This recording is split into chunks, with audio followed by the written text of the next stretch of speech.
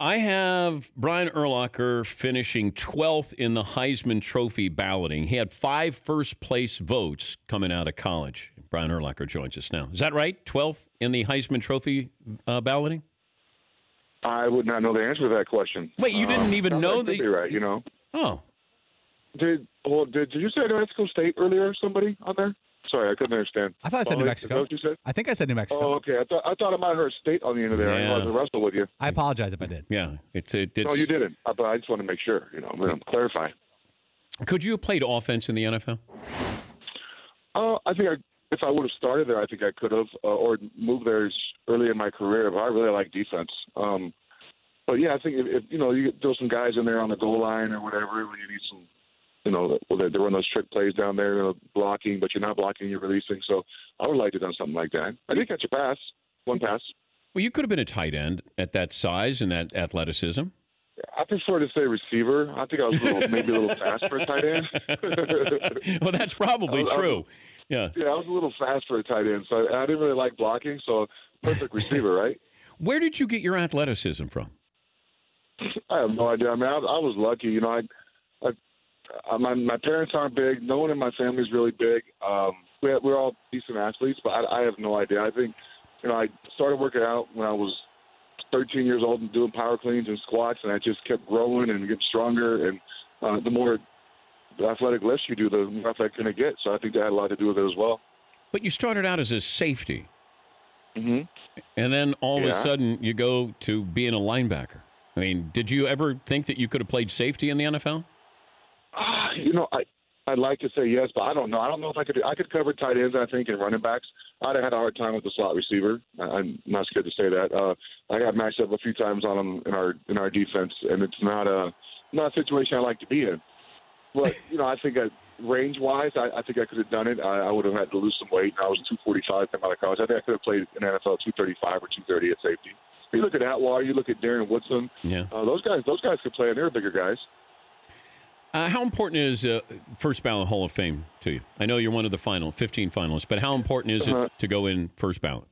Yeah, honestly, I have no expectations, Dan. I've talked to, and I didn't ask anyone about this. I haven't reached out, but some guys have reached out to me about what the process is like, because I have no idea. I've never been through, so I don't have any idea how it goes. But some guys have reached out to me and just enjoy the process. They say whatever happens, what I've done is not going to change on the football field. So now it's kind of out of my hands and up to the voters. So I have no expectations. It's very humbling and honoring. It's an honor to be in this position, and never expected to be here when I started playing. That's pretty cool what Aaron Rodgers said to the Chicago Tribune. Yeah.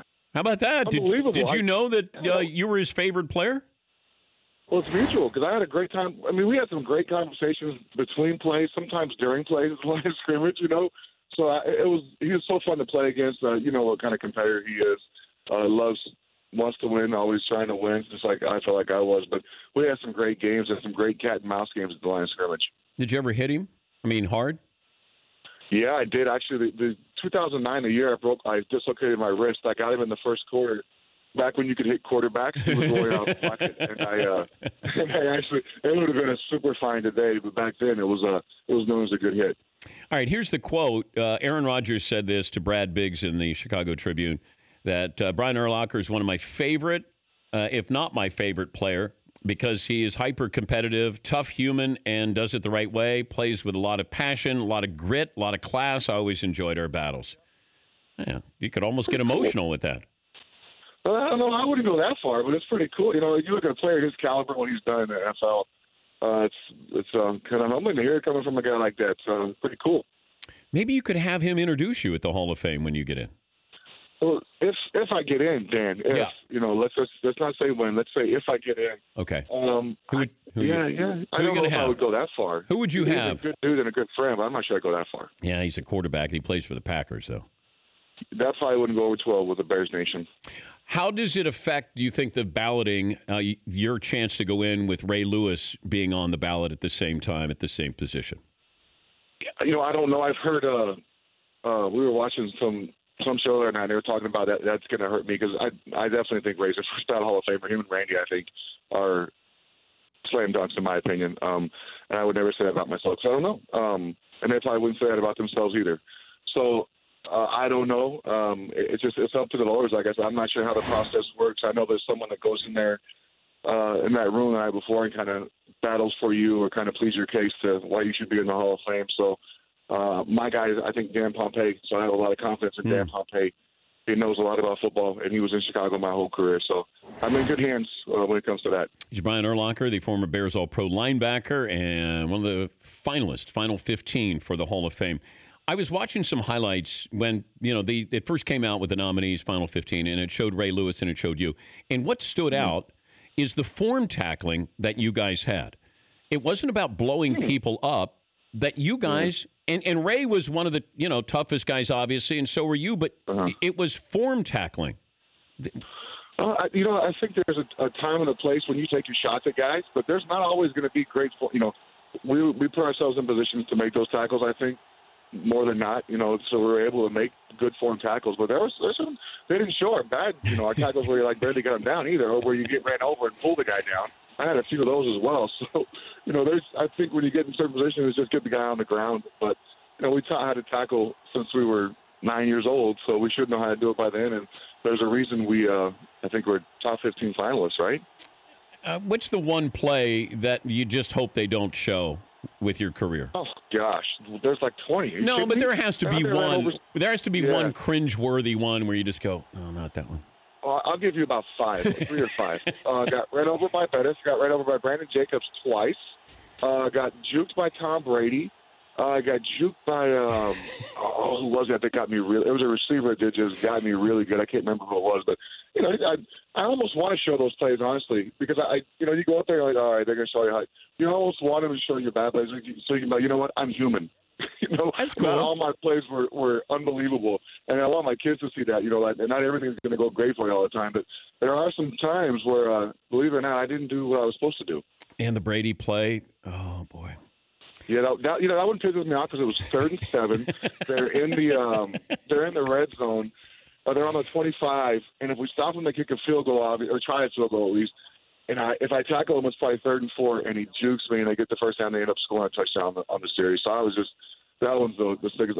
Getting ran over is whatever. I got ran over from 8th grade all the way through the NFL. So I'm watching this. It feels like it's fake, like it's CGI that they put Brady in there. Like he's celebrating and he's doing the first down thing. Oh, yeah, man. I remember that too. You know what? He's a lot faster than he looks. You guys don't realize. No way. No way. To put Tom Brady is. Oh man. No, don't try that, Brian. Don't try to tell me. With Michael Vick, Russell Wilson, he's like in that category. So I don't feel as bad as you probably think I should. I don't feel that bad about it. Could you run backwards a 40-yard dash faster than Brady running forward? Funny, my son we were watching him play the other day. My son goes, "What are you running 40?" And I go, "I have no idea." So he looks it up. I think Tom had like a 4.9 or a 5 flat. He goes, "He wasn't very fast." I go, "He was fast enough." Yeah. Those 5 rings work. Maybe a possible 6 this year. Thoughts on the Bears as they move forward? You got anything to be excited about? Yeah, I was, watching them this year. I was super excited. This is the most excited I've been during the season watching them since I retired. Mitch was coming around there at the end. I was excited about next year, and then they fired Fox.